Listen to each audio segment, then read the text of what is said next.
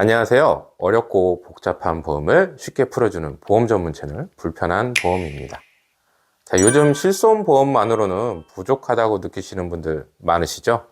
이유는 바로 실손보험이 갱신형이기 때문입니다. 갱신할 때마다 보험료가 오르고 보장 내용이 바뀌면서 본인 부담금이 점점 늘어나는 구조이죠. 그렇기 때문에 많은 분들이 실손보험의 공백을 메울 수 있는 수술비 특약을 준비하고 있습니다. 그런데 좋다고 다 가입할 수는 없잖아요.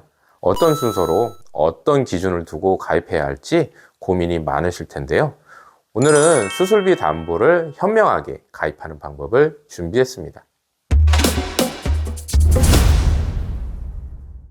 현재 실손보험에 가입하신 분들은 모두 갱신형입니다. 초기 가입자의 경우에는 90에서 100%까지 보장이 되지만 2013년 4월 이후에 가입한 실손보험 가입자들은 15년이 되는 28년부터 그 당시 판매되는 실손보험을 재가입해야 하는데 이때 본인 부담률이 30% 이상이 될 수도 있습니다. 즉 보험료가 오르고 본인 부담금이 커질 수밖에 없어요. 최근에는 용종 제거, 백내장 수술, 체외 충격파 쇠석술처럼 당일에 끝나는 수술이 많아졌습니다. 하지만 실손보험의 통원치료비 한도는 보통 20에서 25만 원 정도인데요. 예를 들어 백내장 수술비가 100만 원이 나온다면 실손보험으로는 한도 초과된 비용을 본인이 부담해야 하죠. 이처럼 실손보험만으로는 모든 치료비를 감당하기 어렵기 때문에 수술비 특약을 준비해야 합니다. 자, 그러면 수술비 특약 어떻게 가입해야 할까요? 수술비 특약은 보장 범위와 종류에 따라 나뉘는데요. 가장 넓은 보장부터 하나씩 살펴볼게요. 질병수술비는 가장 기본이 되는 수술비 특약인데요. 약관에서 정한 일부 질병을 제외한 모든 질병 수술을 보장하지만 수술비가 정해진 한도로만 지급된다는 단점이 있습니다. 예를 들어 간단한 맹장 수술이든 큰 개복 수술이든 똑같이 30에서 50만 원만 보장되므로 질병 수술비만으로는 부족할 수 있습니다. 두 번째는 종수술비인데요. 질병 수술비보다 한 단계 더 세분화된 보장을 제공하는 특약입니다. 1종, 3종, 5종 등 숫자가 올라갈수록 수술 방법이나 난이도가 높은 수술입니다. 이러한 특약은 수술의 종류와 난이도에 따라 차등 지급되며 비관열 수술과 관열 수술에 따라서 보장받을 수 있는 금액이 달라집니다. 내시경, 카테터, 체외 충격파 등 출혈이 없는 수술은 1, 3종 비관열 수술이고 개복술, 개두술, 개용술 등 몸을 절개하는 수술은 4, 5종 관열 수술에 해당합니다. 예를 들어 심장 수술을 받는다면 개흉, 즉 가슴을 여는 수술이므로 4, 5종 수술비가 지급이 되고요. 카테터를 삽입하는 절개 없이 진행되는 수술은 3종에서 지급됩니다. 즉 수술 방법에 따라 보장 금액이 달라집니다. 세 번째는 엔대 수술비인데요. 앞서 말씀드린 종수술비와 달리 수술 방법은 보지 않고 약관에서 정한 기준으로 보상받을 수가 있습니다. 7대, 14대, 34대, 141대 이런 수술비 등이 있으며 이러한 특약은 특정 질병에 대한 높은 보장을 제공할 수 있습니다. A사의 119대 수술비 약관을 보면서 설명을 해드리겠습니다.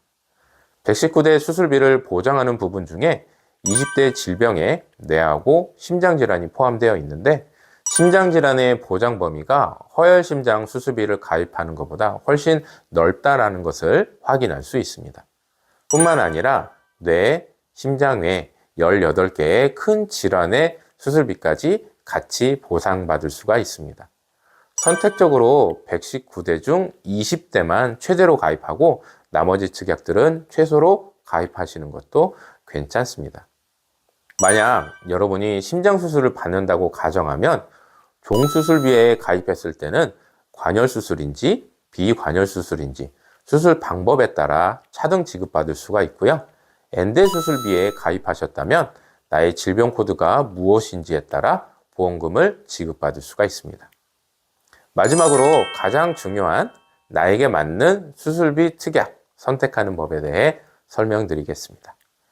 반복적인 보장을 원하신다면 질병수술비와 종수술비 특약을 혼합해서 구성하시고 많은 질병에 걸쳐 반복적인 보장을 받을 수가 있습니다.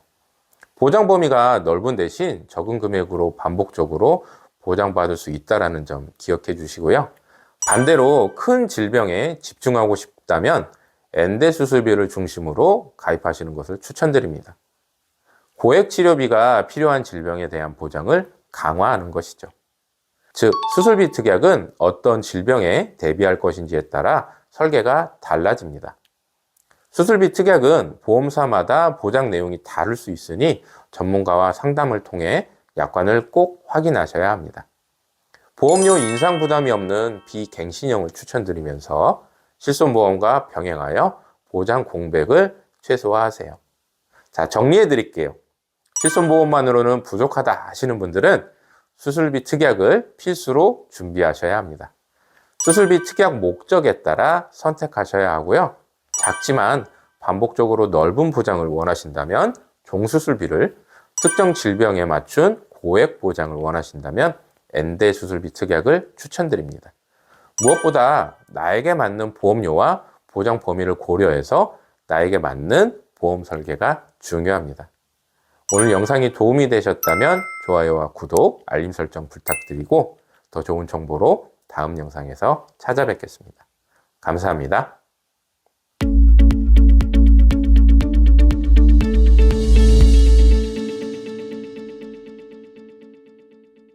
본 광고는 손해보험 광고 심의 기준을 준수하였으며 유효기간은 심의일로부터 1년입니다.